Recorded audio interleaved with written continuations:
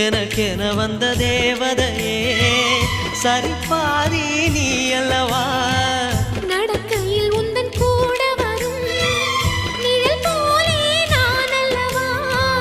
கண்ணன் கொண்ட ராதையர ராமன் கொண்ட சீதையர மடி சேர்ந்த பூரதமே